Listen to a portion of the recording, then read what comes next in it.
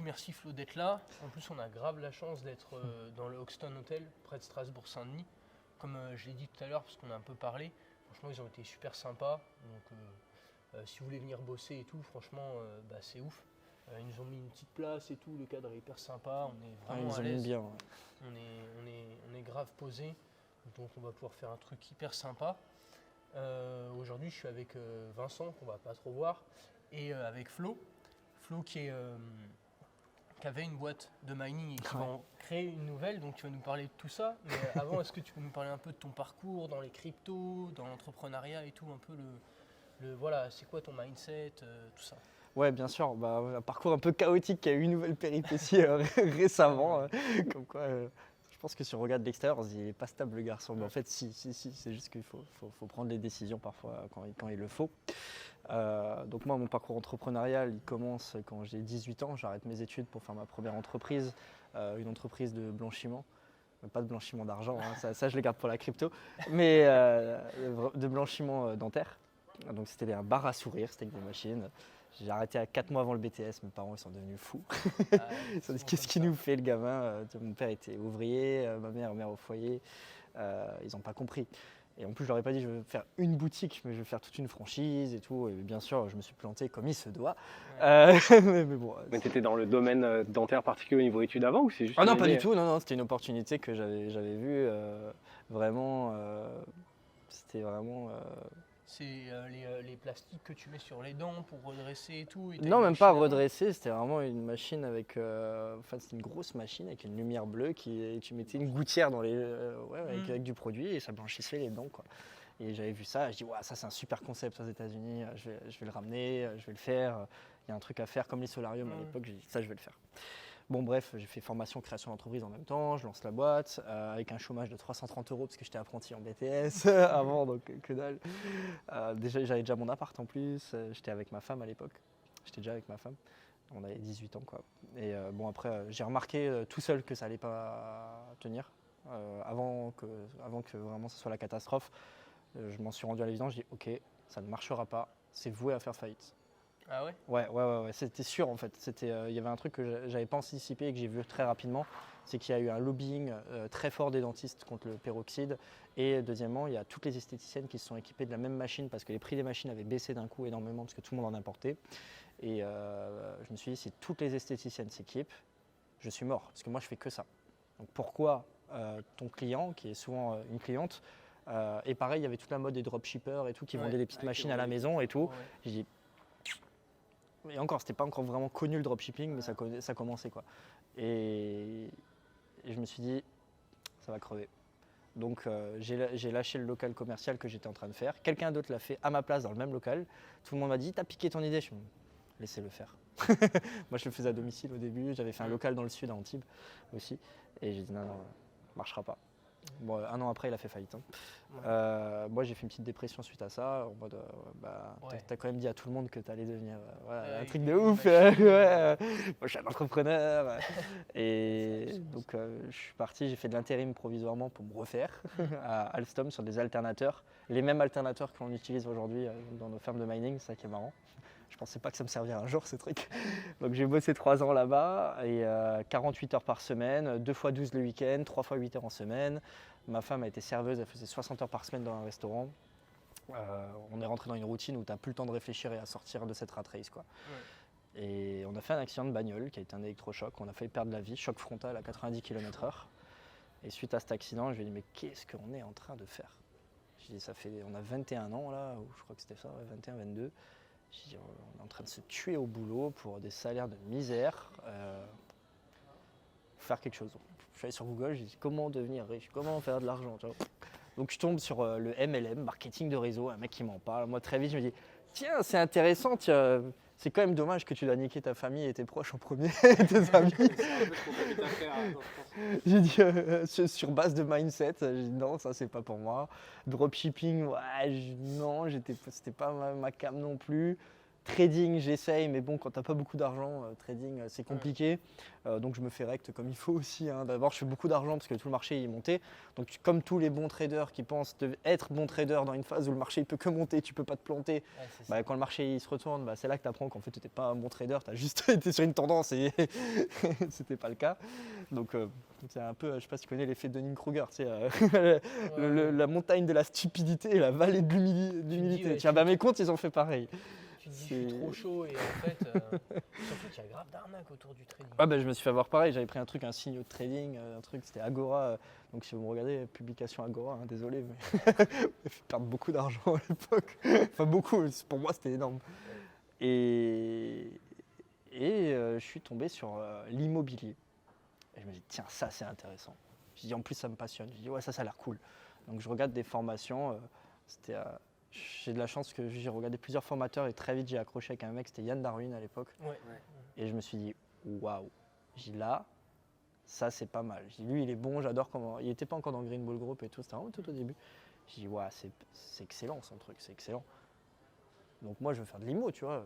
Je vais voir la banque et tout, je vois des trucs. Je fais, monsieur, faut un CDI. Je vois, putain merde, faut un CDI. Qu'est-ce que je fais? Je reprends mes études. Et je pars pour objectif de refaire un BTS électrotechnique, pas maintenant cette fois, parce qu'on m'avait dit que je n'étais pas un assez bon élève pour faire un BTS électrotech à l'époque. Donc monsieur Perdomini, si vous me voyez aujourd'hui sur cette vidéo, parce que je l'ai passé en étant major académique, ce BTS. Donc petite rancœur là quand même. Mais ça veut dire que tu te dis je pars dans l'immobilier, ouais. Alors que tu as lancé ta boîte avant et tu te dis vas-y, c'est pas grave, je reprends mes études et tu arrives à cet objectif long terme de dire vas-y, c'est ça que je veux faire et tu le fais à fond. Ouais, je me dis je vais devenir rentier grâce à l'immobilier, je vais faire de l'IMO à fond. Et donc je vais faire un BTS et une école d'ingé et dans une bonne boîte. Donc j'étais revenu à Alstom à ce moment-là. J'ai quitté Alstom où je gagnais 3 000 € par mois et pour reprendre des études à 800 € par mois. Mais pourquoi tu n'as pas essayé de choper un CDI à Alstom et directement d'aller faire Parce que je voulais faire une école d'ingé en étant fonctionnaire ou dans une très grosse boîte pour vraiment avoir des facilités. Et aussi, il y avait une question d'ego, clairement, hein. C'est-à-dire que moi, j'ai grandi dans un milieu ouvrier où il n'y a pas d'ingénieur dans notre famille. On est 60 personnes dans la famille, immigrés espagnols. Et il y a des petites phrases du grand-père, des parents, genre, ouais, tu feras peut-être jamais ingénieur, mais fais au moins électricien, enfin des trucs. Et je me suis dit, je vais leur montrer. Le premier, Ouais. Donc j'ai fait ce BTS électrotech, je l'ai cartonné complet. J'étais pris dans les écoles d'ingé que je voulais, je devais faire l'INSA à Strasbourg. Et ce qui s'est passé, c'est que Fessenheim devait fermer. Donc il n'y avait plus de place dans cette boîte pour avoir des cadres. Donc ils m'ont proposé un CDI avec le BTS. Là, c'était une grosse matrice de décision à prendre. Est-ce que je fais jouer l'ego en premier parce que je voulais vraiment devenir ingénieur, ou est-ce que je reste focus sur mon objectif de recréer des entreprises derrière et vraiment faire de l'immobilier et devenir rentier. Et surtout qu'ils me proposaient de refaire l'école d'ingé en interne au bout de 3 ans. Bon, là, ils m'ont complètement niqué au bout. Ils ne l'ont pas fait, mais c'est pas grave en soi parce que c'était pas mon objectif. Et du coup, je prends ce CDI. Ma femme, elle a un super poste en Allemagne où elle gagne très bien aussi. Elle gère des propriétés un peu partout sur la planète de luxe, vraiment un peu partout sur la planète pour une boîte allemande. Ça se passe bien, elle gagne bien. Moi, je me fais embaucher et on fait des visites tous les soirs. Tous les soirs, on fait des visites. Secteur très compliqué, l'Alsace quand même, hein. Moi je viens de Strasbourg, donc déjà ton cercle de recherche c'est que la moitié. Sur ton cercle de recherche t'enlèves parce que là il y a la montagne et il n'y a personne qui veut y habiter. Désolé les Lorrains. Et décidément j'ai mis des tirs dans cette vidéo, faut que j'arrête. je viens de Metz, attention. Ah oh purée. Non mais ça va. Ça va. Ça va, c'est civilisé. Non ça va. En vrai c'est très beau en plus Metz. Et du coup je me dis... Et du coup j'achète en tout 6 appartements que je rénove de A à Z, avec cash flow positif, tout. Je me dis waouh, tout roule trop bien. Vers où? Strasbourg dans le coin. Rénovation que tu faisais toi-même du coup? Moi-même, j'ai fait moi-même. Je suis assez autodidacte. Je sais faire mes voitures, je sais faire mes apparts, il y a plein de... Comme dit mon père, il m'a pas appris à faire des études, mais il m'a appris à faire beaucoup d'autres choses. D'ailleurs, il m'avait donné deux super conseils à l'époque, hein, quand j'ai commencé soit l'immobilier, soit ma première boîte. Je lui ai dit, papa, t'as quoi comme conseil? Je vais faire ça, ça, ça. Il m'a dit, non, mais je te donnerai pas de conseils. pardon, mais comment ça? Il m'a dit non, non, ne prends jamais conseil auprès de quelqu'un qui n'a pas fait. Et moi, j'ai pas fait. Ok. Ah, ouais. Ouais, c'est pas bête comme Et- conseil. Et je me suis dit, putain, il veut pas m'aider. Mais en fait, c'est le meilleur conseil qu'il m'ait jamais donné. Et le deuxième, c'était demande à Google. Dès que je lui posais une question, mais depuis que je suis gamin, tu cherches sur Internet, tu demandes à Google. Même les bagnoles, quand on devait les réparer, il me fait non. Je lui dis, mais papa, comment on fait les plaquettes de la Golf? Il fait non, tu vas sur le truc, Google, tu cherches le tuto. Une fois que tu l'as regardé, on le fait ensemble et on fait avec le tuto. Et c'était surtout, tu vois. Et c'est ça, il y a des gens tout le temps, ils viennent te poser des questions. Ouais, et ils tu cherchent leur dis, pas. mais t'as regardé sur Google? Et c'est ouf parce que c'est pas Cyprien ou Norman, je sais plus, qui avait fait une vidéo, Google est ton ami. Il Ah avait ouais, fait ouais. ça. Et tu demandes à Google et en fait t'as tout. Et là avec ChatGPT, c'est encore mieux. Tu sais, tu tapes le truc précis, t'as les fautes d'orthographe, tu t'en fous, t'es dans le speed. Il te sort tout. Alors étape 1, étape 2, étape 3, là tu vas, tac, tac, tac. Mm. D'ailleurs, si vous voulez me trouver sur les réseaux, plutôt que lui demander, bah, il y a un super site qui s'appelle Let Me Google That. Je sais pas si tu connais. Non, Ah, c'est incroyable. Envoyez-le à tout le monde qui vous pose des questions qui sont un peu cons. Tu vas sur Let Me Google That, ça t'ouvre une page Google et tu mets ce que tu as envie que la personne recherche. Typiquement, si tu veux me trouver sur les réseaux, c'est Florence-21M. Et en fin de compte, quand tu vas lui envoyer le lien, ça va l'envoyer sur une page Google et ça va taper le truc à sa place dans Google et ça va cliquer une souris sur rechercher. Et ça va lui mettre la page de recherche. C'est incroyable. Ah ouais. C'est magnifique. Ok. Donc voilà, ça c'est les conseils que j'avais eus de mon père qui étaient au final pas si mal parce que c'est très vrai. C'est très souvent des gens qui n'ont pas fait qui vont vous dire les locataires ils payent pas, l'empreneur, personne se paye dans les entrepreneurs. Oui, ça c'est le grand mensonge typique des Français, quoi. C'est tout le monde de dire non, non, j'ai pas d'argent, oh là là, c'est difficile. Surtout pas surtout qu'on ne vienne pas me demander de l'argent, que c'est un truc de fou. Mais tu visais un marché particulier dans l'immobilier? C'est-à-dire, tu t'étais dit, moi je veux des petits Immeuble de apparts. rapport. D'accord. Immeuble de rapport. Et je me dis, c'est bon, là on y va, dans 5-6 ans, allez 10 ans maximum, je suis rentier, largement, on s'arrêtera de bosser, on va voyager à travers la planète, enfin, on va être bien. C'était vraiment mon objectif et je me suis dit, bah voilà, prison dorée pendant encore 10 ans. On gagnait 7 000 € par mois net en CDI à peu près, à deux, voiture de fonction chacun, logement de fonction, pas d'élec, enfin tu vois, je veux dire, plutôt pas mal. Et patatras. Ouais, vas-y, dis-moi. Ouais, juste pour revenir, pour ceux qui ne savent pas ce que c'est cash flow positif, c'est Ah quand ouais. tu arrives à rembourser l'emprunt que tu as fait à la banque et qu'en même temps tu récupères Ouais. un peu d'argent par-dessus. En fait. Moi j'avais plus du double à chaque fois. Hein. C'est-à-dire. C'est-à-dire que pour 100 € de crédit, j'avais 200 qui rentraient. Ok. Ok, ouais, c'est. Ouais, c'est. Et fiscalement, j'avais fait en sorte que je me fasse pas bouffer par les impôts. Légalement, hein, avec Ouais. SCI à l'IS, et avec Ouais. LMNP et tout. Donc, Ok. après, j'aime bien tout ce qui est fiscalité, optimisation et Ouais. tout. C'est vraiment un domaine. Je pense que si je n'étais pas entrepreneur, ouais, j'aurais été vraiment dans l'opti, peut-être avocat fiscaliste ou quelque chose. C'est vraiment un truc que j'aime bien. Ça, En c'est plus, en sûr. France, il y a de quoi faire, quoi. Ouais. En France, il y a un marché. Hein. C'est un problème, un problème planétaire, ça. Enfin, en tout cas national. Ah non, mais la fiscalité en France, c'est horrible. Quoi. Et Ça dépend sur quoi. C'est Mais effectivement. sous-côté en plus, les gens qui s'intéressent pas à la fiscalité. Voilà. Bah, je pense que pour être un bon gestionnaire d'entreprise, il faut déjà comprendre sa comptabilité et sa fiscalité. Ouais. C'est très compliqué. C'est bien de déléguer, mais en fait, il faut comprendre. Moi, j'aime bien déléguer ce que je sais déjà faire ou ce que, en tout cas, j'ai bien compris. Sans aller dans l'expertise, mais j'aime bien. Ouais, j'aime bien. Parce que, tu vois, typiquement, parfois, tu as des mecs qui vont te monter des réels à 400 balles le réel. Tu vois, je le vois, ou 300 balles ou 200 balles le petit réel, le petit short. Et réellement, si tu t'es pris 10 secondes, tu peux vite voir entre le mec qui a vraiment fait un travail de qualité et le mec qui a passé ton truc sur CapCut en 10 secondes. Ouais, Donc, et là, je donne cet exemple parce que c'est l'exemple le plus récent que j'avais en tête. Mais c'est sur plein de choses comme ça, en fait. Et c'est pareil pour aujourd'hui dans le mining. Il y a des techniciens. Moi, je suis électrotech de formation. Je travaille des années dans l'électrotechnique. Il y a des trucs que tu peux pas m'avoir. Enfin, clairement, il y a des trucs que j'ai entendus chez EO. Ouais. C'est mon métier aussi. Toujours se renseigner un peu avant. Et en plus, d'ailleurs, petit tips, tu as une IA maintenant qui s'appelle, moi j'utilise opus.pro. Ok. Tu prends n'importe quelle vidéo, tu as 100 minutes, 1 heure gratuit ou 100 minutes gratuit. Tu prends la vidéo, il va te la transformer en format short, il va te mettre les sous-titres, tu peux rajouter de la vidéo. Ça, c'est bien, ça. Merci. Et ça te fait ça en... Pour la tu sais, nouvelle boîte, ça va être utile, ça. Non mais je te jure, tu lances ça, t'attends, il te fait ça tout seul, il t'envoie ça dans ta boîte mail, tu cliques, tu as juste à envoyer le lien, tu peux prendre une vidéo de YouTube, ce que tu veux, ou un fichier de ton PC, et ça te fait ça tout seul. Et après, bon, tu peux payer. Moi, j'ai pris l'abonnement payant parce que je trouvais ça, c'est ouf, quoi. Tu fais une vidéo de YouTube, tu fais ce que tu veux, une conf, tu prends la conf, tu la mets dedans, il fait ça tout seul. Des fois, il fait des petites fautes d'orthographe, mais encore que, franchement, c'est carré. Et il te met même un score à côté du short pour savoir la note de viralité. Genre.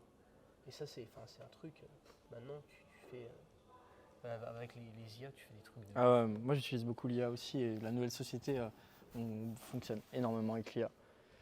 Et donc j'arrivais à cette fameuse prison dorée sur 10 ans et patatras, tout s'est effondré, la prison brûle. Ce qui se passe, c'est que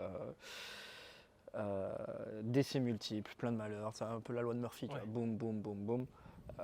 Merde sur merde, ça n'arrête pas. Et quand je me dis que c'est bon, c'est fini, non, encore pire. Je fais une opération pour plus avoir de lunettes. Et comme tu peux le voir, ça n'a pas trop bien marché, quoi. Donc l'opération est rate, je perds quasiment la vue pendant quelques temps sur la première opération. Je fais une deuxième opération qui me rend la vue correctement, mais qui me laisse avec une diplopie handicapante très forte. C'est-à-dire que j'ai une vision double permanente. Ah ouais. Donc là, je te vois, si j'enlève les lunettes, je te vois 2 fois, mais vraiment très net en plus, hein, 2 fois. Parfois c'est cool quand tu regardes le wallet, quand tu fais. Il y a des trucs c'est cool, mais en général c'est quand même plutôt chiant, même pour rouler, quoi. Je pense que si les gens que j'emmène parfois derrière, quand je roule rarement, ils avaient mon prisme de vision, ils seraient pas bien. Mais je sais quelle est la vraie des voitures, laquelle est la bonne. Et donc rééducation 4 fois par semaine, je deviens paria dans mon entreprise, mon manager il me fait un harcèlement de dingue, en mode des trucs de fou, tu vois, en mode vraiment. Enfin ouais, c'était plus vivable. Ouais. Après voilà, c'était compliqué, quoi. Et voilà, donc ils ne savaient pas trop où me recaser, c'était compliqué. Ouais, c'était vraiment une période très noire. C'était vraiment une période très noire. Je ne veux pas dire que j'étais en mode gros mindset, trop bien. Non, j'ai bien mis 1 an, 6 mois, 1 an pour m'en remettre. Je me suis fait opérer en 2018 et je pense que je m'en suis remis en 2019 vraiment à me dire avec le mindset, vraiment on y va. Ce qui a été l'élément déclencheur, c'est quand ma femme elle est rentrée du taf. Et ça c'est vraiment. En fait, tu as des gens qui vont être entrepreneurs avec de la motivation positive et il y en a qui vont fonctionner à la motivation négative. Je vais l'expliquer après.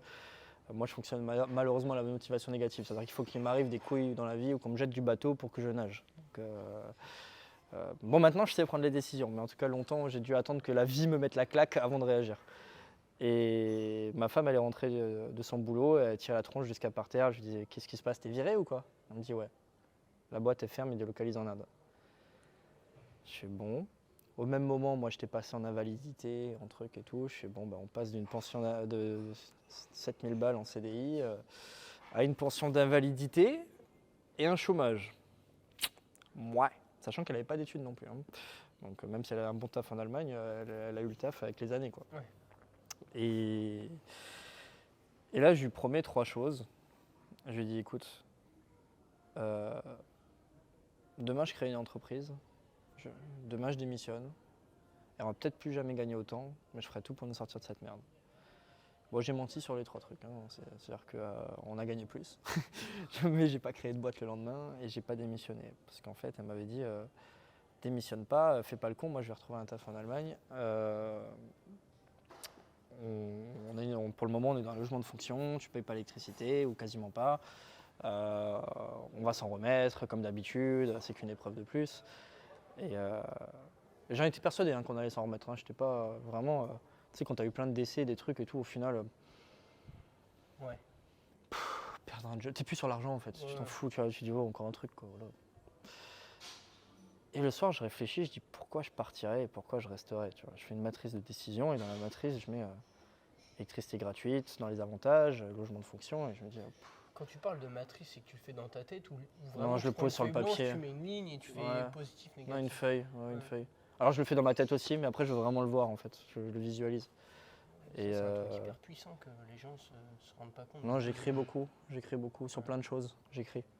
Ça permet de. En fait, ça dépend comment on fonctionne. Moi, je suis très très visuel. J'ai une mémoire photographique et extrême d'ailleurs. C'est un peu autiste d'ailleurs sur ça, je pense. Mais après, ça me permet vraiment de réfléchir sur même si je l'ai plus après la feuille, c'est bon. Par contre, j'ai du mal à m'imaginer. J'y arrive, tu vois, je me fais des trucs mentaux, des châteaux mentaux, des trucs et tout. Mais Et je dis électricité gratuite. Je dis, c'est de la merde ça. Je dis, même si je la revends, tu vois. Je dis non, je vais démissionner quoi. Je dis bon, qu'est-ce que je peux faire avec l'électricité gratuite? Ah bah oui, c'est évident. T'as compris hein? Ouais, ouais. Ah, j'ai fait de la bœuf. Non mais rigole pas, j'ai vraiment pensé. J'ai fait tous les plans, j'ai fait tous les calculs. Et je me suis dit, Si je mets un néon là. ouais, ah non, bah, et alors spoiler alert, c'est méga rentable. Hein. J'ai fait tous les calculs, combien de temps ça dure, alors que je connaissais rien. Tu vois, d'un coup, je suis devenu spécialiste. Faut acheter des trucs de chauve-souris, des conneries, des trucs. Enfin, vraiment, alors que je fume pas, rien. Et je me suis dit, bon, je fume pas. Bon, c'est pas vraiment un problème. Hein. Dans Breaking Bad, il prend pas de drogue non plus, il se fait de l'argent. Je me dis, bon. ouais. Je dis, mais par contre, c'est illégal. Et on essaye quand même d'avoir un enfant, même si la première grossesse s'est mal passée. Et un jour, je vais être papa et en fait, j'ai pas envie d'aller en prison. Quoi. Donc je me dis, bon, faut trouver autre chose. Donc ce que je fais, c'est que je vais pas sur Wikipédia pour trouver la réponse, c'est que je tape électricité gratuite sur tous les forums que je trouve, dont le forum jeuxvideo.com. Et je vois un moment, un truc à 2h du matin, parce que tu dors pas, hein, dans ces moments-là, tu cherches une solution, Ouais. tu vois, tu dis, il faut que je sorte de la merde rapidement. Et un mec qui avait écrit, ouais, si j'avais électricité gratuite, je minerais du Bitcoin dans ma cave comme un Porsche. Bitcoin. C'est quoi ça? Enfin, c'est pas c'est quoi ça, parce que je l'avais vu passer 2 fois. Ouais. Une fois où on voulait m'acheter une panoplie dans Dofus contre du Bitcoin, j'ai dit non, je garderai ma panoplie. Le Bitcoin il valait que dalle. C'est le truc de ouf. Tu sais, il y en a aux États-Unis, ils ont la pizza, nous on a. Ouais, Dofus putain, avec la ouais, panoplie. Dofus, grave. Et je crois que Dofus d'ailleurs, c'est un des trucs qui m'a vraiment. Je fais une parenthèse parce que tout le monde disait. Ouais, les gamins, les jeux vidéo, tu sais, à l'époque et tout. Moi, j'ai eu de la chance, j'ai des parents gamers, tu vois. Donc, mon père, c'était un gamer. Et moi, j'ai joué à WoGame avec mon père. On a fait des guildes ensemble, des trucs. J'avais 12 ans ou 10 ans, tu vois, c'était un truc de fou. Moi, mon père, il me disait à 1h du matin, tu te réveilles pour recycler la flotte. Moi, à 3h, j'attaque lui. Enfin, des trucs, j'avais école le lendemain, c'est quoi ce père? Tu vois. Et Dofus, je pense que c'est. Je gérais des centaines de personnes à 14 ans dans ma guilde. C'était un truc de n'importe quoi. J'engueulais des mecs et tout, parce qu'ils venaient pas faire le raid, les trucs et tout. Enfin, des mecs qui avaient 40 balais, tu vois. Moi, j'avais 13, 14 ans. C'était un truc. Je pense que ça m'a vraiment motivé à l'entrepreneuriat, parce que j'ai vite appris à faire de l'argent dans le jeu. Ouais. Donc, Et c'est pas facile. Et en plus, t'as. c'était très dur à l'époque, on connaissait rien, il n'y avait pas de guide, il y avait rien. Ouais. J'ai commencé tout au début. Hein. Ah oui, ok, ouais. Ouais, toi, tu vois ce que Il y a eu c'est, Barbock Dofus, rapidement. Ouais, bien après, sûr. Moi, j'ai pas mal d'amis qui étaient sur World of Warcraft qui ont connu la même expérience où tu te retrouvais à devoir gérer Ouais. d'un seul coup des gens et tu faisais de l'entrepreneuriat de manière indirecte en fait. Ouais, Tu ouais, t'en ouais. rendais pas compte, mais tu faisais passer des entretiens à des gens pour savoir s'ils pouvaient rentrer dans ta guilde, Ouais, etc. je faisais du RP dans ma guilde, des trucs et tout. Tu gérais des relations sociales avec des mecs qui se prenaient la tête parce qu'ils jouaient pas, mais ouais, Ouais, c'était un truc de fou, il y a les vols de comptes, les hacks, Exactement. les mains, les trucs, des contrats, ouais, franchement on a même fait des contrats s'il se fait pirater, des Mmh. trucs avec des cagnottes, des trucs de fou. Enfin, ouais, je vais essayer de pas me perdre, attends j'en ai Non, plus. mais juste pour Ouais. parler de ça, c'est ouf, mais il y a plein d'entrepreneurs qui parlent que les jeux vidéo, ça leur a vraiment permis. Certains. Tu vois, genre, ouais, certains, mais par exemple. Non, non, parle c'est certain, c'est certain. Ah oui, ouais, ok, clairement. Peut-être pas Fortnite, tu vois, mais je veux dire. Mais Minecraft, tu vois, où t'as des, ouais, t'as des tu dois serveurs qui créer, créent des trucs, ouais. t'as un peu de code, t'as de la Asher, c'est gestion, t'as Minecraft, du hein. management. Ah ouais? Asher, c'est Minecraft, il est le plus gros serveur francophone, je crois, qu'il gérait des milliers de personnes et tout. Ouais. Ah ouais, il en avait parlé, je crois. Ah ouais, si, c'est ça son histoire. Donc, C'est un truc de fou à écouter, franchement, parce que. Donc si vous n'êtes pas majeur et que vous voulez vous lancer dans un truc, ben, faites les jeux vidéo au sérieux, vous pouvez créer un serveur. Vous et faites même vraiment une gagner- boîte directe. Ouais, ouais. Gagner du temps. Les nouveaux entrepreneurs, ils font ça. Hein. Moi, je suis impressionné par la quantité de mecs qui ont 18, 19, 20 ans, Ouais. qui font des boîtes, qui ont une expérience de dingue déjà, parce qu'ils sont pas passés par les jeux vidéo, mais ils attaquent direct. Donc, Ouais. après, nous, on n'avait pas tous les conseils qu'il y avait à l'époque sur Internet. C'est venu Ouais. un peu plus tard. Il n'y avait presque même pas Internet, en fait. Hein. Nous, on a eu le téléphone portable. Moi, j'avais 14 ans, tu vois. Donc, on était la première génération à connaître l'entre-deux-mondes, l'avant et l'après. Donc, c'est... Bien sur le Bitcoin, tu vois ça sur jeuxvideo.com, sur les forums. Ouais. Et du coup, Et là, je me dis, bah, je vais le faire, je vais voir. Donc, je regarde une vidéo, 2 vidéos, 3 vidéos, et je comprends que avec les mecs, c'est la Casa des Papel dans leur cave, quoi. Ils impriment de En l'argent. quelle année ça exactement? 2019. 2019. ok. 2019. Et donc, j'achète quelques cartes graphiques. Donc, d'abord, je me renseigne, je vais sur des forums de minage et tout, je regarde des vidéos, je demande des conseils. Et ils me conseillent tous d'acheter un S9, tu vois, les mecs, un vieil ASIC qui produit rien, qui fait 90 décibels ou 80, ouais, 80, et qui ramène pour 1500 watts, je sais pas, 20 € par mois. Ou 10 €, même pas.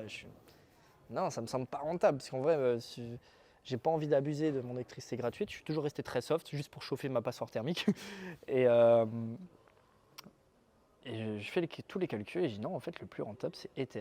Et tout le monde dit non, il faut faire Bitcoin, il ne faut pas faire Ether, ça va passer en Proof of Stake, donc le POS, hein, qui n'est pas le Proof of Centralisation. Stake.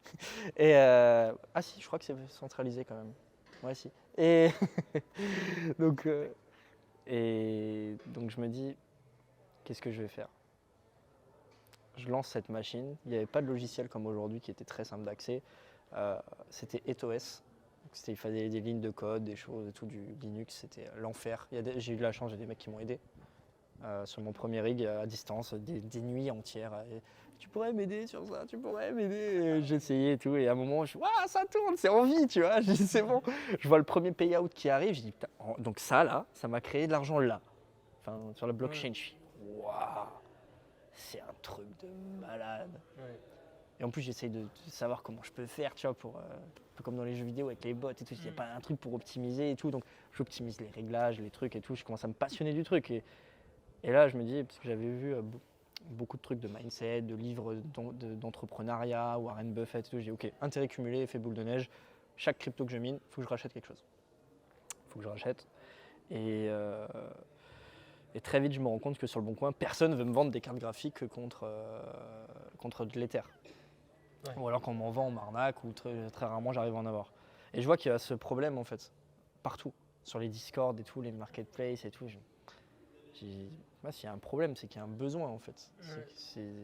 Mais juste pour voir, pour bien comprendre, c'est que tu avais besoin de cartes graphiques, il y avait une pénurie. Est-ce que tu peux genre expliquer un peu plus? C'est même pas une pénurie, j'avais une pénurie d'argent surtout. C'était ça la réalité. C'est non, les cartes graphiques, il y en avait à foison. À foison, parce qu'au final, on était en plein bear market. L'Ether il était à, je crois, 150 ou 300 balles. Il n'y avait pas encore toute la hype sur le minage d'Ether, donc je pense que... Ouais, mais même, on était en 2019. On était moi, je suis arrivé, ils étaient là, je voyais de la bave, il y a du sang par terre.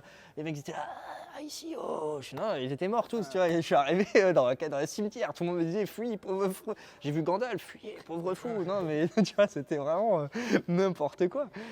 Et moi, j'y vais, j'arrive. Tu vois. Comme quoi, c'est quand le meilleur moment, et je crois que c'est la famille Rothschild qui dit ça, c'est quand le meilleur moment pour acheter, c'est quand le sang coule dans la rue, même si c'est le nôtre.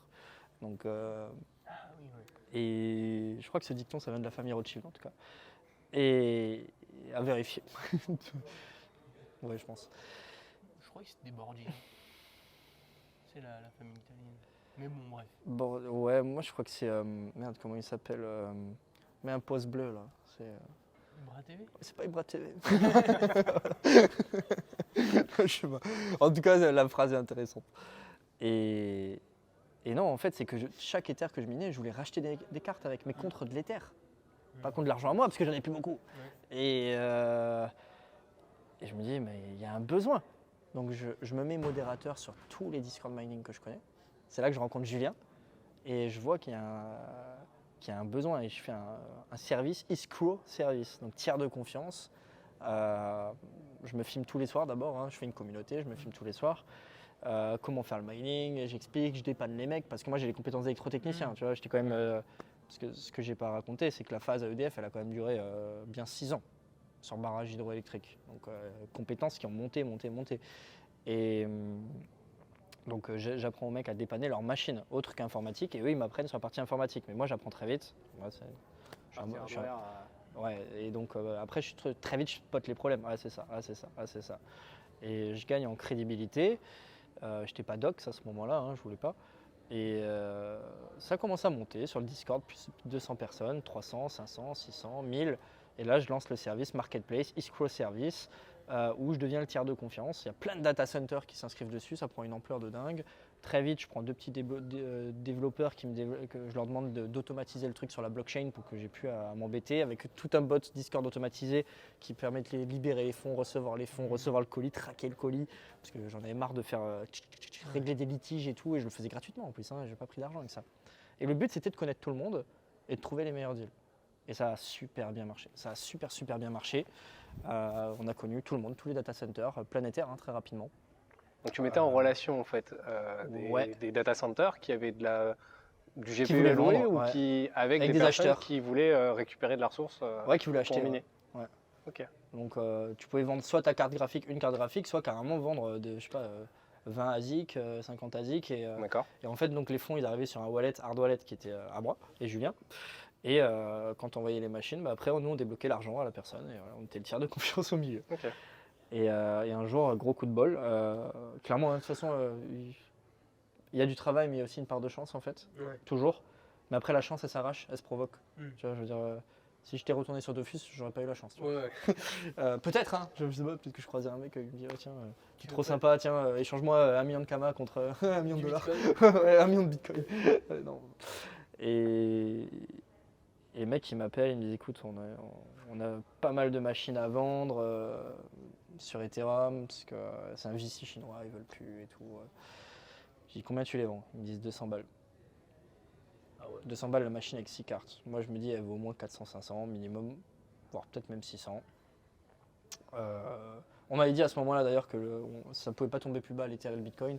Moi, il est tombé à 80 balles alors que je suis rentré, je crois qu'il était à 150 ou à 300, je sais plus. Et Bitcoin était tombé de 6000 à 3000. Tout le monde m'a dit ouais, t'es un gros malade, t'as vu, c'est en train de tomber, je t'avais dit que c'était de la merde, que c'était fini. Et j'ai dit mais c'est trop bien. Je vais en reprendre. Donc on achète une camionnette avec ma femme en Allemagne directement. On roule jusqu'en Suisse, jusqu'à cet endroit, avec mes 10 000 balles en poche. Et je leur dis, j'achète tout ce que je peux pour 10 000 balles. Je rentre à la maison et je les mets sur mon Discord à x2. Parce que je me dis, j'ai pas envie de baiser la communauté, les mettre à 800 et tout, c'est ça. Grosse erreur quand même. Parce que c'est parti en 2 secondes. C'est vrai? Ouais, c'est parti en 2 secondes, je fais merde. J'appelle le mec, je dis écoute mec. T'en as d'autres? Ouais, t'en as encore? Je savais qu'il y en avait d'autres, il y avait plein de palettes. Il me dit ouais. Je dis je te les prends, je reviens. Pour 20 000. Je fais ok. J'y vais, je prends pour 20 000. Et là je me dis, pas faire la même erreur. Je vais les mettre à x3. 600 €. Elles partent en 4 secondes. Et du coup, tu t'occupais de l'expédition de l'équipement? Comment tu... Ah ouais, laisse tomber. Mondial Relais, c'était mes amis. Ouais, UPS aussi. Tu stocké dans ta baraque? L'autre, comment il m'appelait le mec de UPS à l'époque? Ouais, s'il se rappelle de moi, c'est un jour il voit cette vidéo. Comment il m'appelait? Oh, qu'est-ce qu'il rigolait? Non, c'était le mec de Chronopost. Il m'appelait El Traficante ou un truc, c'était n'importe quoi. Je sais plus quoi. Enfin ouais, c'était marrant. Et là, j'appelle le mec et je me dis là, je vais plus faire l'erreur, je vais plus rouler, tu vois. Là, je me retrouve avec quand même 60 000 balles, tu vois. Et j'appelle, je dis, il vous reste combien de machines? Il me dit, tant et tant. Je dis, je prends tout. Je dis, mais par contre, je fais venir un camion. Là, je me dis, je suis malin, je fais venir un camion, puis emmerder. Sauf que, ce qui devait arriver arriva. Là, il va falloir couper. Non, je pouvais pas le raconter. On coupera juste là. Ouais. Et du coup, le camion, il arrive chez moi. Et là, je me rends compte qu'il y a un autre problème, quoi. C'est que jamais ça va rentrer chez moi. J'avais un petit appartement. Je me dis, je vais les foutre où, toutes ces machines? Donc, il y en avait dans la chambre, il y en avait dans la cuisine, il y en avait dans le salon, mais qui ne tournaient pas, hein, juste des racks, quoi. Empilés partout, quoi. Pour être couché, tu marchais sur des machines, quoi. Enfin, c'était marrant. Et je me dis, mais comment je vais faire? Donc, je suis allé voir quelques personnes. Je dis, est-ce que je peux l'installer chez toi? Je m'occupe de tout, tu t'occupes de rien. Et je le fais chez 1, 2, 3, 4, 5 personnes. Ils commencent à miner. Ça mine et je leur paye l'électricité, en fait, chez eux. Parce que moi, je voulais pas abuser chez moi. Ensuite, je l'ai envoyé dans certains data centers, dont certains qui m'ont scam, j'ai pu revu les machines, d'autres ça a très bien marché. Avec Julien, on se dit qu'on va vraiment scaler maintenant et qu'on va monter, faire une boîte et tout. On commence à faire du consulting pour d'autres sociétés, on monte des fermes. Et moi, je vends tout ce qu'il faut pour être break-even aussi. Hein. Donc, chez moi, il me restait putain de machines, je dois en avoir une dizaine, tu vois. Il y en avait pour 10 kW, tu vois, alors ou 15 kW, alors que j'aurais pu en tirer 60 sur ma maison, quoi. Et toujours sur de l'Ether? Toujours sur de l'Ether. Une sur le Bitcoin. Un S17 Plus qui est tombé en rade très rapidement. C'était une vraie merde, ce truc. Et le bull run commence. Le bull run commence et je me retrouve avec des centaines de machines branchées. Le wallet, il explose, tout explose. On nous contacte de partout, on a des opportunités de partout pour bosser. Et à ce moment-là, on commence à donner du consulting pour plein de boîtes. Julien est parti en Russie 6 mois pour monter une ferme. on faisait le bureau d'études à distance. Moi aussi pour le Venezuela, on a monté une ferme à Paris, on a fait une en Alsace aussi. Tout se passait super bien. On a commencé à faire du consulting pour Summit aussi. Moi, parce que je me suis spécialisé, passionné de tout le reste de l'écosystème crypto, tokenomics et tout. Donc je suis allé bosser avec Summit sur du consulting. Ils ont levé des fonds et à un moment, en fait, ils voulaient lancer un service qui ressemblait à celui que nous, on voulait lancer. Donc il y avait Summit Mining qui était un mining communautaire et nous, on voulait faire un mining plutôt B2B où la personne, plutôt un mining vraiment où la personne possède sa machine, mais non, il y a un contrat d'électricité avec nous dans un data center partenaire. Et ils voulaient faire la même chose, donc ils nous ont proposé de fusionner avec eux. Je ne vais pas refaire, parce que sinon on repart pour 1 heure pour cette histoire, mais on a accepté après de grosses négos. On aurait dû prendre une grosse somme d'argent contre 51% de cette boîte qu'on allait développer et des parts chez eux. Le bear market est arrivé très rapidement. Au final, on a juste bossé pour sauver ce qui existait déjà, qui n'était pas à nous. Donc là, on est parce que tu dis le bear market arrive, on est quoi, 2022 21, fin 2021, je dirais. Ouais. Et là, en fait, on se rend compte qu'on n'a pas développé notre boîte du tout au bout de 2 ans. Là, on arrive aujourd'hui, là d'ailleurs, qu'on n'est plus aligné niveau valeurs, vision d'entreprise, les choix qui ont été faits. Je dis pas que c'est les mauvais, attention, je dis pas qu'ils ont de mauvaises valeurs, mauvaise vision, juste différentes en fait, on n'était plus alignés. Ouais, il y avait un changement de chemin. On n'a jamais reçu l'argent pour développer notre boîte, donc on n'avait jamais développé la boîte pour des raisons X ou Y. On n'a jamais reçu les parts dans le groupe non plus. Et à un moment, il fallait prendre une décision, il faut plutôt accepter de couper ses pertes, alors que j'avais investi tout mon temps dedans. Par contre, j'ai appris énormément, c'est vraiment pas de regret. Et c'est pour ça que hier, j'ai décidé de quitter ma position d'exécutif de Summit. Et avec Julien, on est parti du coup et on développe notre propre entreprise qui est Blob, donc blob.io, avec 2 B à la fin, donc blobb.io. Qui est une entreprise de mining. On a déjà le site, on a 2 data centers partenaires, on va bientôt bouger en Islande. Julien est à Hong Kong en ce moment chez Bitmain pour négocier les deals. On a un très bon deal avec Bitmain. Donc c'est une nouvelle aventure. Ouais. On est un peu dans le brouillard, mais on connaît la direction, on a tous les outils de bord, on a toute l'expertise qu'il faut, on a le réseau qu'il faut. Et c'est une très belle aventure qui commence maintenant avec Blob. Ok. Et du coup, ce sera comme un peu avec Summit où vous allez proposer des services on a une machine et on la pose dans vos data centers ou comment ça va se passer? Alors en fait, Summit c'était un système de mining communautaire, c'est-à-dire que tu ne possèdes pas les machines. Ouais. C'est un peu comme une SCPI. Bon, je ne vais pas leur faire de la pub, mais on va dire que c'est pas mal pour du retail quand même. C'est quelqu'un qui a 1 000 € à mettre ou 2 000 €, c'est pas mal. Nous, on a vraiment un mining qui s'adresse plutôt accessible à partir de 20 000 €, où on va vendre les machines aux personnes. Okay. Ça, Summit ne faisait pas. Et c'est très intéressant pour les gens qui ont des entreprises également, parce que ça permet d'amortir les machines sur 3 ans, ça permet de passer en charge l'électricité, ça permet de vraiment posséder la machine aussi, c'est-à-dire que même en cas de faillite de notre côté, ce que je juge impossible en tout cas, parce qu'en fait il n'y a pas de coût, quasiment pas de coût pour nous de notre côté, parce qu'on va pas on va tout automatiser, très peu de salariés, mais jamais dire jamais, on va toucher du bois. Là où dans d'autres sociétés d'investissement de mining, pas toutes, mais comme Summit, tu ne possèdes pas les machines. Voilà. Donc y a d'autres avantages. Et voilà, nous, notre avantage principal, c'est que le client possède la machine et il a un contrat d'hébergement de maintenance et d'électricité avec nous. Mais la machine, elle est dans sa possession. Et même si on n'existe plus demain, il sera directement en contrat en fait, avec l'énergéticien et le data center sur place. Donc voilà. Donc là, c'est vraiment cette solution-là. Bien sûr, pour les particuliers, c'est aussi intéressant de miner. Deuxièmement, vu que vous possédez la machine et que c'est votre machine à vous, il n'y a pas de KYC et c'est pas centralisé. C'est directement, vous avez accès à vos machines on-chain. Vous vous connectez à vos machines, vous voyez, et il n'y a rien à faire. On a créé un dashboard vraiment où il n'y a rien à faire pour le client. Le seul job du client, c'est de payer et d'envoyer son wallet et tous les mois recevoir un payout sur son wallet. Okay. Sauf si vraiment l'électricité devient négative, là c'est encore un autre truc. Mais la rentabilité devient négative, ça c'est encore autre chose. Mais sinon, c'est vraiment il n'y a rien d'autre à faire et c'est on-chain, c'est ses machines et il va miner de la crypto vierge directement sur son wallet. Il n'y aura pas de transaction avant, passer par des exchanges, des choses et tout. Pas de darknet, pas de mixeur, c'est de la crypto vierge qui est minée avec de l'énergie green. Donc, Ouais, ok, ouais. T'es un peu sur le modèle, je crois qu'il y a une société genre qui fait à peu près ce genre de choses où tu Non, loues. bah, je vais essayer d'éviter de parler de tous mes concurrents dans cette vidéo quand même. Et Epson, et Ok. justement, ils font Parce de la qu'ils stockent. Ouais, parce qu'ils stockent. On bipera juste le nom, hein. Oui, pardon. Parce que sinon, ils vont venir me faire chercher des noises. Ouais, pas de galère.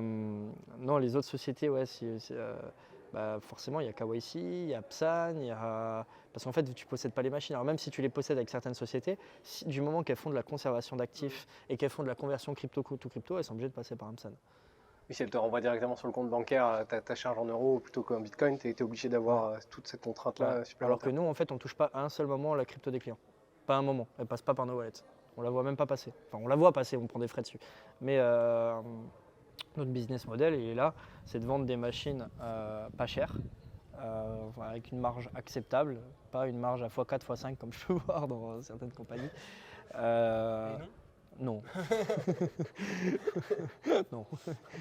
C'est un autre business model en soi, parce que derrière, après, ils vont être moins gourmands sur autre chose. Là où nous, on a décidé de prendre un business model, on va faire du profit sharing, c'est-à-dire si le client gagne de l'argent, on gagne de l'argent. On va prendre 10% sur le montant net miné. Ok. Si le client fait de l'argent, on fait de l'argent. Il ne fait pas d'argent, on ne fait pas d'argent. Ok.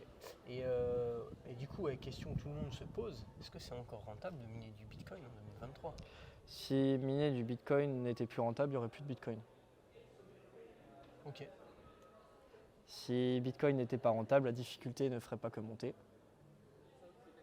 Et la question qu'on pourrait se poser, c'est est-ce qu'il est plus rentable d'acheter l'imprimante à billet ou d'acheter le billet? Parce que si tu achètes une machine, alors attention, il y a une question de timing bien sûr, mais si tu achètes pour un bitcoin de machine et que quelqu'un d'autre achète un bitcoin, dans 2 ans, dans 3 ans, dans 4 ans, il aura un bitcoin. Toujours. Ouais. Par contre, le mec qui a acheté la machine, dans 1 an, il aura peut-être 0,5 bitcoin plus la valeur de la machine. Ensuite, 2 ans après, peut-être 0,8 bitcoin plus la machine ou 1 bitcoin plus la machine. Et la machine, ce qu'il faut comprendre, c'est qu'elle a aussi une valeur hautement spéculative. Parce qu'une machine aujourd'hui vaut entre 3 et 4 000 euros, mais en bull run, elle peut valoir 30-40 000. Ouais. Des machines qui étaient à. Je vais te donner un exemple. Des machines que j'avais achetées 600 euros, elles minaient pour 120 euros brut par mois et après électricité, elle faisait 20 euros net. C'est-à-dire, ouais, rendement éclaté. C'est vrai. Mais j'en ai acheté massivement quand même parce que j'y croyais et je voulais avoir le bull run. Et l'objectif, il est là, c'est d'être en place avec des machines pas chères en data center avant le bull run. C'est pas de faire du rendement en bear market. Souvent on me dit ah mais tu fais combien de rendement en ce moment? Je dis je vais te dire un rendement qui est réel entre 20 et 30% net là à 30 000 euros le bitcoin. Maintenant on est à moins, on est quasiment à un très faible rendement parce qu'on est à 26 aujourd'hui, on est le 24 et en fait le but c'est pas de faire du rendement en bear market, c'est déjà d'être en place pour le bull. Ouais. Et en bull market, ces machines qui valaient 600 euros et qui me ramenaient 20 euros net, m'ont ramené 900 euros net par mois et valaient 4000 à la revente en valeur d'occasion, la même. Mais ça veut dire que là, je reviens juste un tout petit peu en arrière, même en bear market, tu fais du 30% net. Ouais, quand le bitcoin est à 30 000, ouais. C'est ouf. Hein. Pour ceux qui ne se rendent pas compte du rendement, on va dire sur des trucs classiques de bourse, sur un ETF, donc tu fais rien. C'est 12. C'est entre 8 et 10% et ça dépend des années. Ouais, mais SeaWorld, ouais, ouais. Ouais, voilà, ouais, ETF Monde et. Après, il y a un truc qu'il faut prendre en compte, parce que je suis pas là pour vendre du rêve, c'est qu'il y a l'obsolescence de la machine qui arrive aussi. Donc si tu fais du 25-30% par an et que ta machine dans 4 ans elle est claquée, t'as rien fait, t'as fait zéro. Et justement, en termes de fiabilité, sur un miner, s'il arrive quelque chose dans le data center, au miner, en fait, derrière, il faut racheter. Alors, c'est quand même des machines assez fiables en général. Tout est réparable. Julien, d'ailleurs, c'est le seul en France qui a les licences et tous les agréments Bitmain pour les réparer. C'est pour ça qu'il a monté un data center d'ailleurs aussi. Un repair center, pardon. Et en fin de compte, l'obsolescence, elle vient de par la difficulté, elle vient pas forcément de la machine. Mais c'est vrai qu'il peut arriver des soucis dessus. Nous, on propose des extensions de garantie de 2 ans. C'est-à-dire s'il y a un problème sur la machine, on la remplace par une des nôtres et le client il est sûr de miner quoi qu'il arrive, quoi. Donc ça fait partie de notre business model. Mais sinon, il y a la garantie constructeur quoi, au début. Mais c'est pareil, en fait, les garanties, pour l'avoir vu, constructeur, hein, je parle, En phase de bull market, en fait, les repair centers sont pris d'assaut parce que tout le monde veut réparer toutes les machines, les réparations, les pièces deviennent très chères. Et ça aussi, pourquoi on propose des extensions de garantie avec un business model très clair, je l'explique aux clients quand je suis en call avec eux. Pourquoi c'est gagnant de prendre ça.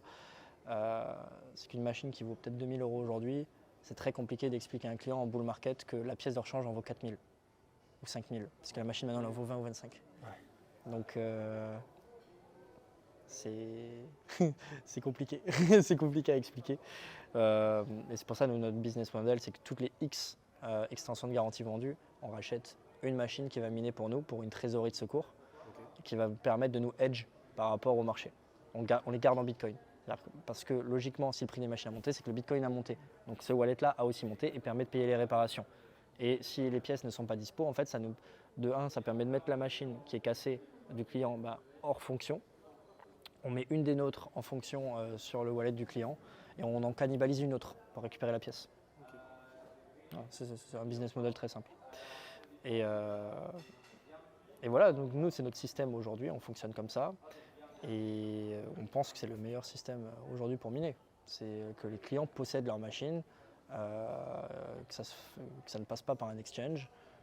Et au final, on est vendeur de hardware et de solutions après d'hébergement. Mais avec un dashboard qui va assister le client de A jusqu'à Z pour la mise en service de sa machine. Faire, le client. Le client, il a juste à rentrer son wallet sur le dashboard et il va voir ses machines minées sur son wallet. Okay. C'est tout. Il n'y a vraiment rien à faire.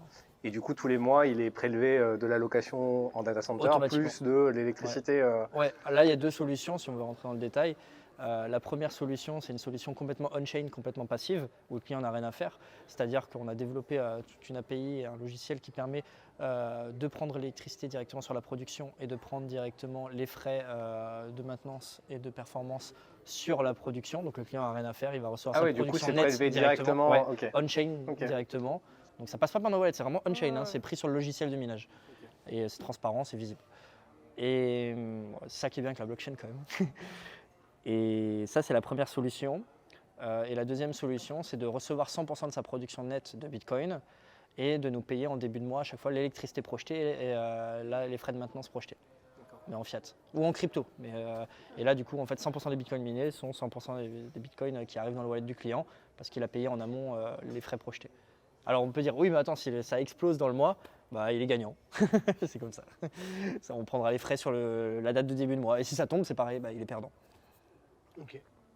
Et justement en termes d'énergie, parce que ça fait très question un peu dans l'air du temps, mais une espèce de faux débat de se dire si moi maintenant je veux miner du Bitcoin avec son montant au niveau énergie verte et autres, vous garantissez derrière du coup que l'énergie utilisée pour le minage, il est 100% issu d'énergie green? Alors, il y a énergie green et énergie clean. Nous, je suis pas Greta Thunberg en puissance. Ouais, non, mais je préfère le dire parce que ça serait mentir, tu vois, ça serait mentir. Attends, il clash avec Andrew Tate. Et je pense qu'il a d'autres problèmes, lui.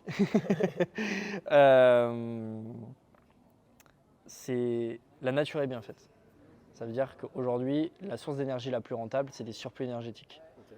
Et en fait, les surplus énergétiques, c'est des barrages hydroélectriques qui ont été construits dans des zones où il n'y a pas encore assez de population pour absorber toute la demande. Toute la puissance qui est possible. Ça va être de la géothermie en Islande, où on va aller très prochainement. Ça va être... D'ailleurs, là, on est branché sur géothermie et hydraulique avec notre nouvelle société. On est en train de se spécialiser dans le flare gaz. On avait déjà... Avant, on gérait 20 000 machines quand on était dans le flare gaz, c'est les rejets de gaz, je sais plus comment, les torchères ou des choses comme ça. Ouais, c'est exactement ça. Je vais expliquer ce que c'est le torchère. En fait, il y a des puits de pétrole et de gaz de schiste. Quand ils font ce forage-là, il y a aussi du méthane avec le pétrole. Et ce méthane, ils sont obligés de le brûler parce que c'est 30 fois plus polluant que le CO2. Donc ils sont obligés de le brûler avec des grandes torches qu'on voit dans le désert. La torche, on la voit, elle est jaune, un peu orangée, donc c'est une mauvaise combustion. Donc il y a quand même 20 à 30% de méthane qui part dans l'atmosphère. La solution qui a été apportée par les mineurs de Bitcoin, c'est de venir récupérer cette énergie, ce gaz, de faire une combustion parfaite dans les alternateurs dont on parlait au début de la vidéo. Et on mine du Bitcoin directement à côté. Alors, il y a plusieurs questions que l'on peut se poser, qui sont naturelles. C'est pourquoi on ne récupère pas juste pour faire de l'électricité et l'envoyer dans le pays? En fait, le puits, il va durer peut-être 4-5 ans, en fait, le forage. Et c'est les grands espaces aux États-Unis ou partout, en fait, tirer des pylônes jusqu'à là-bas, c'est pas rentable en fait. Pour récupérer un tout petit peu d'électricité, c'est pas tellement que ça en fait. Ça c'est la première. Et ensuite après il y a des pertes joules, il y a des pertes fer sur toute la ligne. Donc ça c'est pas bon. Ça c'est le deuxième. On va dire oui mais on pourrait faire de l'hydrogène. Oui mais le rendement de l'hydrogène c'est 20% en fait. C'est pas bon du tout en fait. C'est pas bon du tout. Donc les mineurs de Bitcoin c'est vraiment la solution qui a été trouvée pour eux ça leur fait des crédits carbone aux pétroliers par rapport à ça. Nous ça nous fait de l'électricité pas chère. Et c'est du surplus énergétique en fait complètement. Donc ça sert à rien de se mettre sur du charbon, des choses et tout. C'est inutile en fait, c'est pas rentable. Mais en dehors, ce que j'avais pu entendre, c'est en dehors de tout côté écologique du terme, c'est juste que financièrement, ça vaut plus le coup de faire du. Ça vaut pas le coup en fait parce que c'est écologiquement mal vu déjà. Donc tôt ou tard, tu t'exposes à la régulation et à des problèmes politiques. Donc c'est déjà un risque. Et deuxièmement, en fait, c'est plus cher. Donc t'es sur le marché spot si tu te mets sur le grid. Par contre, t'es pas soumis sur l'énergie à avoir des baisses de. Parce que justement, comme tu prends l'énergie qui n'est pas utilisée pour pouvoir miner, est-ce qu'à un instant où il y a des demandes énergétiques assez fortes, tu es obligé de fermer Si tu es sur le grid par rapport à un barrage ou quelque chose, et ça c'est vraiment une béquille, vraiment le mining sur ça c'est top. C'est-à-dire on est les seuls à pouvoir couper en quelques secondes. C'est-à-dire que parce qu'il faut comprendre que l'offre doit être égale à la demande en permanence. Ouais. On ne sait pas stocker l'électricité. On dit ouais il y a des batteries. Non mais à l'échelle vraiment une très grosse échelle, on ne sait pas stocker l'électricité. Ou avec des barrages, avec des steppes. Mais il faut que l'offre soit égale à la demande. Donc s'il y a trop d'offres, le prix de l'électricité devient négatif. Donc moi je l'ai connu, ça s'appelait des buts et de baisse sur des barrages. On t'appelle et tu dois passer l'eau dans les turbines, enfin pas dans les turbines mais dans les vannes plutôt que les turbines. Donc en vrai tu jettes ton eau quoi. Parce que c'est plus rentable, tu dois payer pour envoyer l'électricité sur le réseau. Parce que le réseau il a trop d'électricité. Donc c'est pas bon. Et c'est pour ça qu'en fait le mineur de Bitcoin ça devient le meilleur ami et le pire ennemi de l'énergéticien. Le meilleur ami parce qu'en fin de compte tu lui assures une base. C'est-à-dire que tu lui dis non tu vas pas tomber en électricité négative, nous dans tous les cas on te rachète à 4, 5, 6 centimes le kilowattheure. Ouais. Tu vas pas descendre en dessous. Par contre on n'ira pas au-dessus. Donc, et en cas de forte demande sur le réseau et que le réseau est en danger, le seul gros consommateur d'électricité qui peut s'effacer du réseau comme ça c'est les mineurs de Bitcoin. Un OVH il ne peut pas s'effacer. Un data center, t'imagines, d'un coup tu n'as plus rien, tu fais quoi? Une usine de métallurgie, elle ne peut pas s'effacer. D'un coup, l'usine, tu peux l'acheter à la poubelle si elle s'arrête. Donc, non, sur ça, c'est une très bonne question, justement. Ouais. Et du coup, on change un tout petit peu pour avoir ton avis justement sur le Bitcoin en particulier, parce que je pense que si tu es là-dedans, c'est vraiment que tu crois en la philosophie du Bitcoin. Est-ce que pour toi, ça a quand même révolutionné la vie des gens et ça apporte quand même vachement de solutions. Tous les gens qui ne connaissent pas, ils critiquent le Bitcoin. Ça sauve quand même des vies, quoi. On récupère de l'énergie avec, ça permet d'éviter l'inflation. En fin de compte, sur le Bitcoin, c'est sûr que monsieur et madame Michu, qui habitent en France, ça ne va pas lui sauver sa vie. C'est un but qui est clairement que spéculatif. Ouais. Il n'y a pas d'autre objectif clairement. Donc en France, tu as du PayPal, tu as ton idée. Voilà, donc en France, c'est pas la bonne cible. Pas pour tout le monde en tout cas. Par contre, ça permet d'émanciper des populations entières, ça permet à des familles iraniennes d'avoir des comptes, ça permet à des Edward Snowden de se financer, ça permet de financer pas mal de choses, ça permet de bypasser. C'est une béquille économique pour des territoires entiers. Ça permet Bitcoin, on pourrait en parler pendant une heure de tous les avantages de Bitcoin. Je pense que la personne qui en parle le mieux d'ailleurs en France, c'est Alexandre Satchenko, qui est très très balèze sur le sujet, qui a fait. D'ailleurs, je vous invite à regarder. Je crois qu'il a un médium qui s'appelle. J'ai plus le nom en tête. C'est Les Poncifs sur le Bitcoin ou un truc comme ça. C'est vraiment très très bien fait. Il y a son livre aussi avec Claire Balva. Non, franchement, c'est vraiment. Bitcoin, il y a un intérêt de dingue. C'est quelque chose d'immuable, d'infalsifiable, de hautement sécurisé, qui permet de s'émanciper des banques. Il n'y a pas Christine Lagarde qui peut appuyer sur un bouton et imprimer du Bitcoin.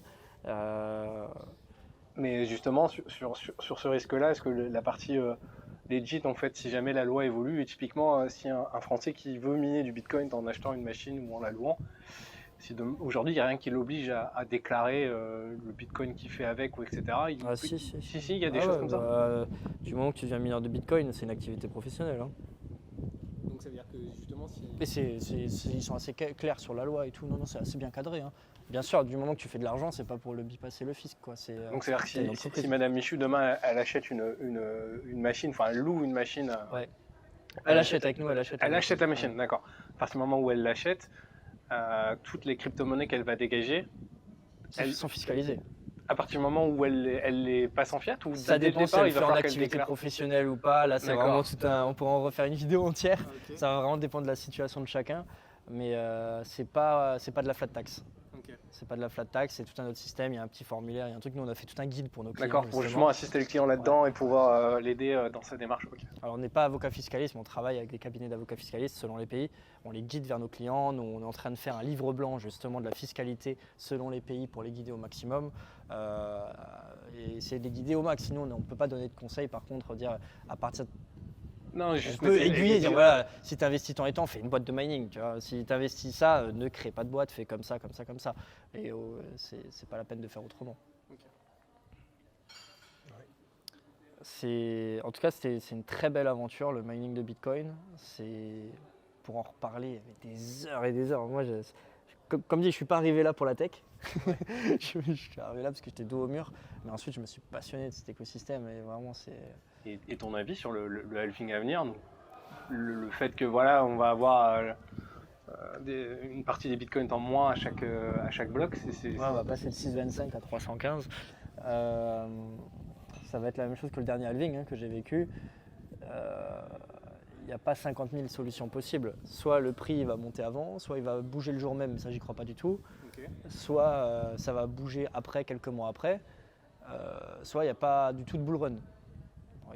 Chacun va donner ses probas à lui, parce que personne n'a de boule de cristal, personne n'a la vérité. Si le bull market arrive avant, tant mieux, nous on est en place avec des machines et tous les clients qui sont arrivés maintenant, on va être bien. En profiter, ouais. On va être très bien. Soit on doit serrer les fesses quelques mois, ça c'est probable aussi, le temps que ça prenne, quelques temps après le halving. Et comme je dis, c'est ce que je dis à tous les clients qui souhaitent venir, je dis voilà, il faut juste être prêt à être en place pour le bull market. Il ne faut pas vouloir faire du rendement instantané, c'est un marathon le mining, c'est pas un sprint, vous n'êtes pas dans la DeFi à faire des rendements de dingue. D'ailleurs, c'est très souvent des gens qui ne sont pas dans la crypto, qui sont investisseurs dans le mining, c'est des investisseurs immobiliers, c'est des investisseurs plus tradis, c'est vraiment des gens qui ont une mentalité plus mûre et plus éduqués financièrement en fait, qu'un gambler qui va aller sur plein de choses, qui fera peut-être beaucoup d'argent aussi, mais il y a un gros syndrome du survivant aussi sur lequel il faut faire attention, c'est que toutes les personnes qu'on va croiser dans la crypto, on va dire ouais mais lui il a réussi, oui mais tu vois le survivant en fait. C'est comme moi, on me dit ouais mais Flo, t'as vu ce qu'il a fait avec le mining? Je dis oui. Tu vois le mec qui a réussi, mais combien ont essayé dans leur cave et n'ont pas réussi? C'est possible. Enfin, c'est même sûr en fait. Donc, il faut faire attention à ça et ça reste à risque. Même le mining, tu vois, oui, mais regarde avec les NFT, il a pris de l'argent, c'était pas vraiment un risque, c'était cool.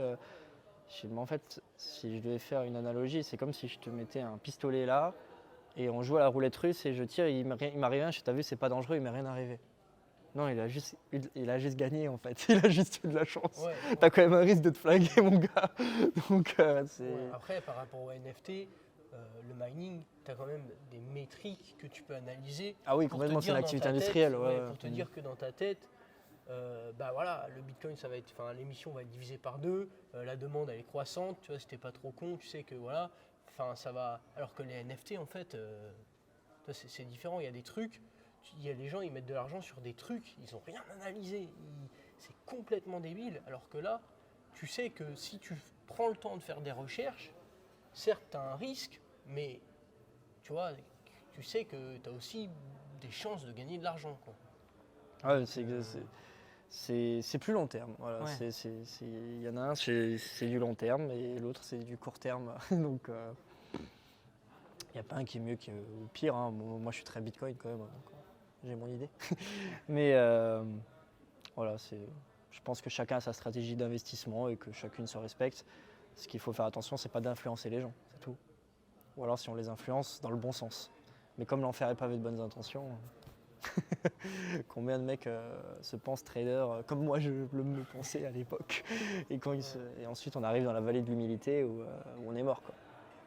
Et est-ce que tu penses aujourd'hui que Bitcoin, il va évoluer avec le temps pour peut-être d'autres usages que purement monétaires, parce qu'on entend parler pas mal d'évolutions sur la chaîne Bitcoin qui pourrait, un peu comme Ethereum, servir à d'autres choses via des évolutions, ou non, au contraire, il faut le laisser tel qu'il est aujourd'hui, c'est-à-dire purement un système de cash, enfin d'échange de cash avec du Litecoin, ce genre de choses, mais pas qu'il devienne un Ethereum bis. Je pense que je suis pas assez expert pour me prononcer sur ce sujet-là. Je suis pas un core dev Bitcoin, je suis pas un maxi Bitcoin dans l'âme non plus, même si je suis très pro Bitcoin. En soi, tant que ça va dans le bon sens, je suis pas bloqué au changement. Il faut garder les bons principes quand même. Je pense que Ether fait très bien le job sur pas mal de choses, malgré sa centralisation. On va voir. On verra, c'est pas quelque chose chaque innovation, ça se trouve dans 10 ans on parle plus Bitcoin, même si j'y crois pas, mais on ne sait pas ce que l'avenir nous réserve en fait. Il peut y avoir un génie demain qui vient avec un truc de fou, mais même avec une idée de fou, en fait, s'il n'y a pas le marketing, s'il n'y a rien et qu'il n'y a pas l'adoption, bah, en fait, cette idée de fou, elle sera à la cave, quoi. Elle sera peut-être adoptée sur Bitcoin, je ne sais pas. Bitcoin a en tout cas le privilège d'être le premier et le mieux pensé. Ouais, et personne ne connaît son créateur. Ça, c'est un gros plus. Et ça, je vais répondre à une question qu'on va me poser sûrement, c'est certain. Oui, mais est-ce qu'on peut miner du Kaspa, du Kadena ou encore un autre shitcoin qui va servir de tabouret Ikea avec mon mineur? Alors je dis non, moi je suis pas Ikea en fait, donc je vends pas de meubles, je vends des machines qui rapportent du rendement. Et très souvent ce qui se passe avec ces machines-là, alors peut-être qu'on va me dire ah t'es trop con, t'as vu Kaspa c'est devenu le nouveau truc de fou. Oui, bon peut-être. Syndrome du survivant de nouveau. En attendant, tous les algorithmes, tous les ASIC qui sont sortis comme ça sur d'autres algos, c'était de la trappe pigeon complètement. C'est qu'on te vend un rendement de dingue à l'instant T. Une fois qu'ils sont livrés, la difficulté elle explose. Et et derrière c'est beaucoup plus de risques. Beaucoup plus de risques. Pourquoi? Pour nous et même pour le client, parce qu'il y a une équipe. C'est pas juste Bitcoin, c'est un projet et on ne connaît pas le créateur. Donc si l'équipe fait de la merde, le projet il est mort. Donc tu es vraiment dépendant de ça. Et deuxièmement, s'il n'y a pas l'adoption derrière et tout, bah, ton truc il est mort. Et au final, ta machine ça devient un tabouret. Voilà, donc, nous on ne vend pas de tabouret parce que notre business model c'est de gagner de l'argent quand le client en gagne. Et si le client n'en gagne pas, il se retrouve avec des machines qu'il ne va jamais rentabiliser, qu'il ne va jamais faire d'argent avec. Et ça va être hyper compliqué de lui expliquer. On va se retrouver que c'est trop problématique. Pour notre business model, c'est trop risqué parce que les places en data center coûtent cher. Elles coûtent cher, c'est de l'infrastructure, on ne veut pas mettre des machines qui peuvent. Sinon, on peut pas. On peut pas se permettre. Et puis en dehors de l'énergie, tu as tout le refroidissement qui va derrière dans les data centers où tu peux pas me faire tourner ça n'importe où, n'importe comment. Quoi. Donc, obligé d'avoir une infrastructure qui soit à peu près safe pour ça, quoi. C'est ça, bah, tu vois par exemple quand tu as un conteneur il coûte des centaines de milliers d'euros, il y a 150 places dedans. Donc tu as déjà le prix de la place, tu vois, sans le technicien qui le branche. Tu vois, donc, et après il faut débrancher, rebrancher, débrancher, il faut dénoncer des contrats. Nous en stratégie d'entreprise c'est bien mieux de miner que du Bitcoin. La personne qui veut miner vraiment avec une autre crypto qui me dit moi j'y crois au Kaspa, je suis ok, mais du coup le minimum of quantity c'est un conteneur. On part sur 1 million quoi. C'est pas la peine, c'est-à-dire qu'on te fait une petite fermette à toi et il n'y a que ces machines qui vont faire ça. Mais j'ai pas envie d'impacter un conteneur où je paye le capex moi-même. Non. Ok. Juste pour changer un peu, on reste toujours sur le Bitcoin. Qu'est-ce que tu penses toi, des ETF que BlackRock faire autour des ETF, ETF Bitcoin, ETF? Alors, je pense qu'acheter un ETF Bitcoin, c'est pas acheter du Bitcoin, mais que c'est probablement le catalyseur du bull market. Ouais. Parce que c'est des ETF spot, c'est-à-dire s'ils achètent pour 1 milliard de Bitcoin, ils sont obligés, dans l'ETF, ils sont obligés d'acheter 1 milliard de Bitcoin de l'autre côté, en dollars. Je pense que c'est une bonne chose. Je pense que c'est une bonne chose que monsieur et madame Michu peut trader du Bitcoin comme ça sans en avoir. Je pense que pour l'adoption, c'est bien. Sans exposer directement, quoi. Ouais. Et dans des choses plus simples en fait. Parce qu'il y a quelque chose qui a été raté pour le moment par l'industrie, c'est l'UI UX et l'adoption très simple. Parce qu'aujourd'hui, je veux dire à mon père ou à ma mère achètent du Bitcoin, ils ne vont pas trop savoir comment faire. Binance, je ne connais pas ça. Non, ils ont envie de l'acheter dans leur banque. S'ils veulent être impactés, cette génération-là, ouais, ils ont envie d'acheter un ETF sur un PEA ou un truc comme ça et avoir du Bitcoin sur un PEA. Quoi. Ce qui semble compréhensible pour cette génération-là, en fait. Ouais. Mais ça risque de centraliser un peu plus. Je pense que c'est inévitable. Ouais. Un peu fataliste, mais je pense que c'est inévitable, en fait. Je pense que c'est utopiste de penser que le Bitcoin va rester décentralisé à vie. C'est comme Internet à ses débuts, au final. Internet, c'était quelque chose de cypherpunk, de décentralisé. C'est hyper clivant ce que je suis en train de dire, parce qu'il y en a, ils vont me massacrer dans les commentaires. C'est juste mon avis perso. C'est que malheureusement, les loups sont dans la danse, et ils ont bien compris. Et il va rester quelques gros d'ici 5 à 10 ans, en fait. Donc si on veut que ça soit adopté, en fait, il faut forcément passer un petit peu par une phase de centralisation, Ouais, sinon ça restera sur le côté. Je pense, ouais.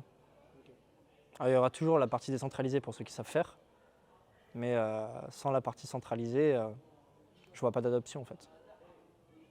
Ou alors, il faut très vite trouver un UI UX et de quoi faciliter l'adoption. Je ne sais pas si les Lightning Network et autres qui promettent une simplification d'accès pourront réaliser ça, mais... En fait, le problème, c'est que pour convaincre les gens de l'utiliser, ça passe par la confiance.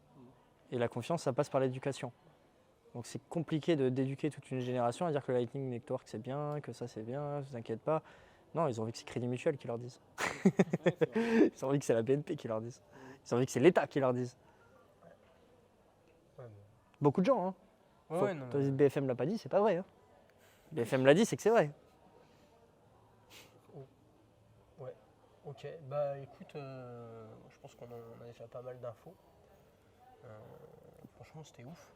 Merci. Si t'as d'autres trucs à ajouter sur ton entreprise Bah ouais, c'est ça qui est incroyable, c'est qu'on est au premier jour du lancement de notre nouvelle entreprise, hein. Ouais. C'est quand même le premier. Donc on a déjà énormément franchement de soutien qui est venu. Ouais. Et le produit, le service va sortir Là il est disponible. Il est disponible. Ouais, il est disponible, on a déjà eu 6 clients là en 2 jours, c'est incroyable. Terrible. On a précommandé les machines, elles sont déjà en place, elles tournent tout de suite, c'est parti. On avait fait le POC. Donc non, c'est parti, ça tourne. Donc c'est blob.io. C'est à notre image, je pense. On a changé de nom, on voulait vraiment se désolidariser. Ouais. On ne garde pas Mining Market, pas Hosting Market. Ouais. On part sur le blob. Pourquoi le blob? Pourquoi le blob? C'était à notre image. C'est un champignon qui est hyper résilient. C'est pas vraiment un champignon, ils savent pas trop, qui s'expand un peu comme la blockchain. Qui est quasiment immortel. Tu peux le mettre dans l'espace, tu peux le faire revenir, tu lui remets une goutte d'eau, il repart, il s'est mis en dormance. Qui apprend. Ça remet d'ailleurs tout un.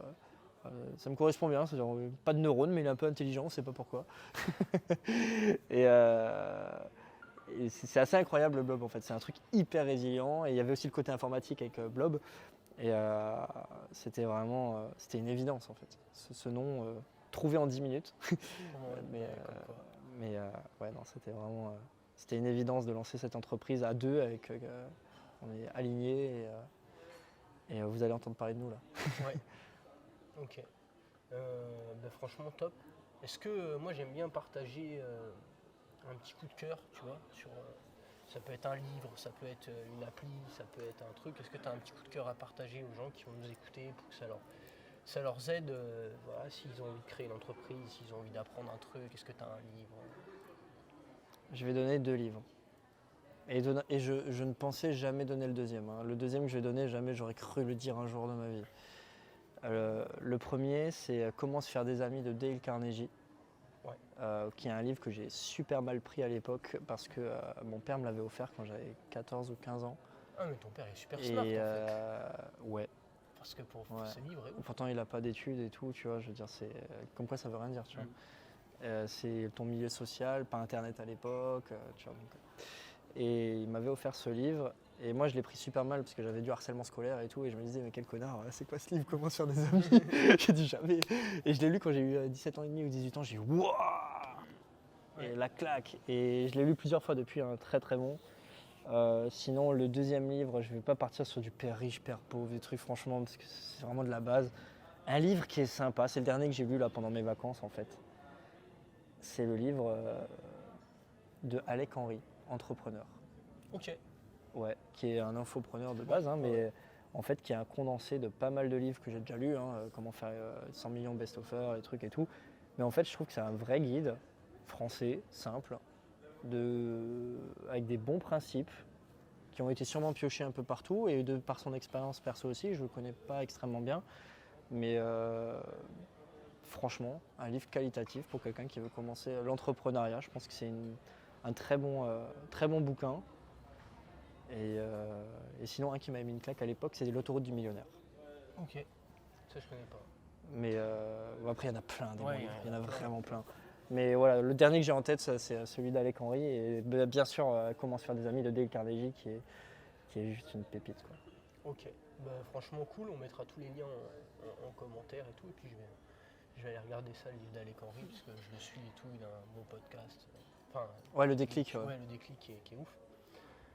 Moi je partagerais du coup juste cette montre, alors ça fait un bout de temps maintenant que je l'ai, montre connectée franchement, donc pour ceux qui ne savent pas, moi je suis prof de boxe, donc je donne des cours, j'aide les gens aussi voilà, dans le milieu de la santé, et je pensais vraiment pas acheter, parce que je pars du principe que ça sert à rien d'acheter du matos dans un truc si t'es pas sûr de te développer dedans. Tu sais, tu vois toujours les mecs, ils achètent le meilleur équipement, le meilleur truc, et en fait ça reste dans la cave.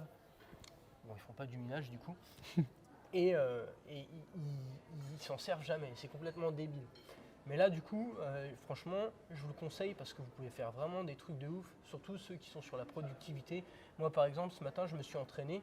Ben, en fait, bon, je le savais déjà, mais par exemple, s'entraîner dans le froid, vous brûlez plus de calories. Vous pouvez aussi faire de la méditation avec, donc contrôle de respiration. Il y a plein d'études scientifiques dessus qui ont prouvé que c'était hyper bien. Voilà, pour le mindset et tout, pour se détendre si vous êtes stressé, si vous avez des galères, voilà. Donc franchement, c'est pas cher, je crois que c'est la Xiaomi Brand 7. Mi Band 7, je crois. Ouais. Donc voilà, franchement c'est 50 balles, mais enfin moi vu que je fais du sport, j'aime bien tout traquer, tu vois, traquer combien de calories je dépense, l'alimentation et tout. Bah voilà, franchement j'ai grave kiffé. Moi, j'ai une anecdote sur les montres aussi, de santé. C'est que moi j'avais pris 28 kilos avec mes problèmes de vue et le mining et tout. Ouais. J'étais gros sportif aussi avant, je faisais de la boxe et je faisais du roller en compétition, halfpipe et tout. Trop bien. Et je me suis vraiment laissé aller, j'ai pris 28 kilos, je suis monté à 96 kilos pour 1m73. Et c'est la montre en fait qui m'avait alerté, qui m'a dit ton rythme cardiaque sur 6 mois avait complètement monté au repos. Il était de 82 ou 83. Donc j'ai eu une alerte. Je suis allé faire une prise de sang, c'était la première de ma vie, parce que j'avais une phobie des prises de sang. Ouais. Et je me suis dit, bon, avant mes 30 ans, je n'ai plus de phobie, quoi. Et en fin de compte, ça a détecté que mon foie était en train d'être flingué, Ah ouais. complètement hépatite stéatose non alcoolique. Et qu'en gros, mon foie il allait se détruire bientôt, donc greffe ou mort, quoi. Ou alors régime.